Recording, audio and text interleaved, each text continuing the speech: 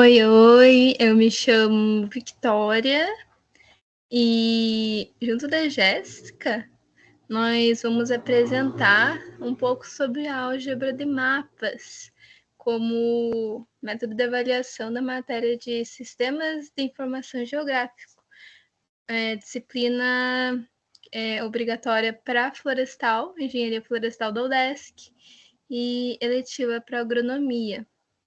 O professor que ministra a matéria é o professor Pablo Francisco Benites Barato. E nós vamos começar pontuando um pouco sobre a álgebra de mapas, o que ela é, as operações que ela realiza, dentro delas operações pontuais, que são ponderação, fatiamento em classe, operação booleana em matemática, que são exemplos da operação pontual. Depois vamos falar um pouco sobre a operação de vizinhança, operações zonais e operações globais e um pouco sobre a aplicação da álgebra de mapas. Essa primeira parte do conteúdo seu que eu vou falar, eu falo da parte da definição e as operações pontuais com as subdivisões e exemplos. Então, a álgebra de mapa, ela é a formação de códigos matemáticos que utiliza meios de operação matemática, lógica, que permite, assim, criar um mapa com outro existente, seguindo algum tipo de função ou operação. Ela é resultado de uma expressão que permite análise e manipulação de dados geoespaciais. Ela pode ser muito útil para a detecção de anomalias, para fazer funções especiais e previsão futura de algum cenário. Ela pode ser a nível de pixel, o que traz uma análise detalhada da área. Iniciando sobre as operações, a primeira que a gente vai falar é a operação pontual. A operação pontual é dividida em operação sobre um campo ou uma interseção de conjuntos espaciais. Então, ela pode realizar operações com soma, subtração, divisão, multiplicação, média. E quando a gente fala de conjuntos espaciais, ela pode fazer combinações como a booleana, o fatiamento, a reclassificação e a ponderação. No caso, a gente vai mostrar sobre a parte de intersecção de conjuntos, começando com a ponderação. Aqui a gente tem um exemplo prático da ponderação, em que podemos ter, por exemplo, diferentes tipos de solos, e em cada solo é colocada uma ponderação, um peso naquela área. E também, por meio dessa operação, é feito uma análise com os valores com mais peso, influenciando assim naquela área, formando assim um mapa com base numa regra. E aqui temos o fatiamento em classes. O fatiamento de classes, ela classifica e com base nisso ela forma um outro mapa. Ela é diferente da ponderação, porque ela envolve uma seleção, enquanto a ponderação ela atribui um peso e depois faz uma inferência conforme esse peso em uma determinada área, influenciando assim nos dois tipos de mapa.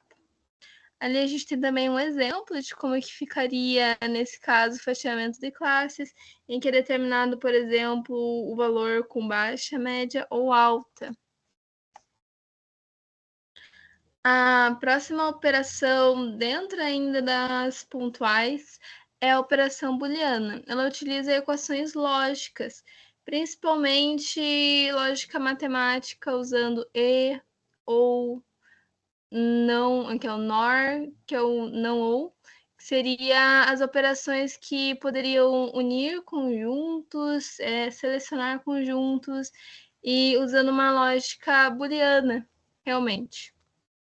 E nessas ponderações aqui a gente tem alguns pares de valores, e conforme o tipo do solo, é feito uma análise lógica de quando que seria a aptidão agrícola dele. A operação, então, última das que são pontuais é a operação matemática.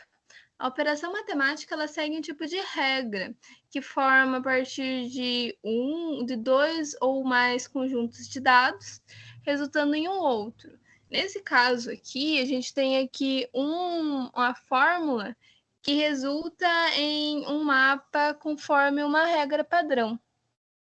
E isso pode ser muito útil fazer algum tipo de análise em que você precisa somar ou subtrair e resultar numa nova análise, atribuindo assim um novo resultado e uma nova perspectiva sobre um assunto. Olá, boa tarde. Eu sou a Jéssica e estou apresentando esse trabalho com a Victoria. Peço desculpas por não estar aparecendo porque a câmera do meu notebook não está funcionando. Bom, eu vou apresentar a minha parte, que começa com a operação de vizinhança. Nessa classe de operações, dado um geocampo, computa-se um geocampo de saída com base na dimensão e forma de uma vizinhança em torno de cada localização. Alguns exemplos incluem cálculo de valor em mínimo, máximo, médio e modal para uma vizinhança em torno de um ponto. Também filtros para processamento de dados sensor remoto, métodos de interpolação espacial para modelo numérico do terreno, como medidas por vizinho mais próximo, mapas de declividade e exposição para modelo numérico de terreno, índices de diversidade para temático, onde o valor de saída está associada ao número de vizinhos de um ponto de entrada de uma classe que pertencem a classes distintas. E como exemplo de operação de vizinhança, toma-se o caso da estimação da diversidade de vegetação de uma região computado a partir de uma vizinhança 3x3 em torno de cada ponto. A ideia é que a diversidade seja maior em áreas de contato ecológico entre regiões homogêneas.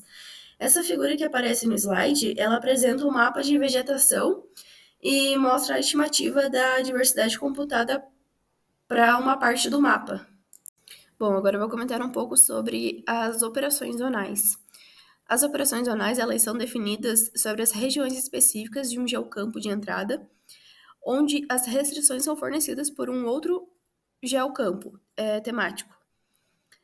Um exemplo seria, dado um mapa de solos e um mapa de declividade da mesma região, obtenha a declividade média para cada tipo de solo.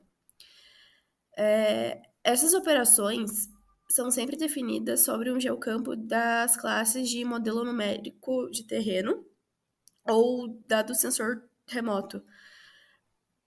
Como a restrição dessa operação pode ser um temático ou um cadastral, considerar duas definições são consideradas duas definições distintas.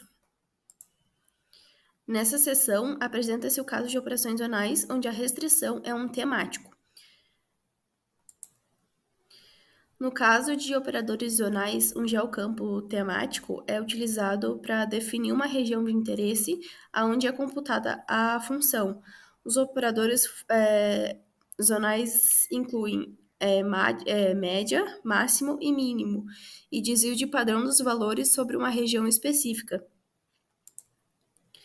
Índice de variedade dos valores, onde cada valor no mapa de saída será computado a partir do número de valores diferentes do geocampo de entrada que pertencem a uma mesma região zonal.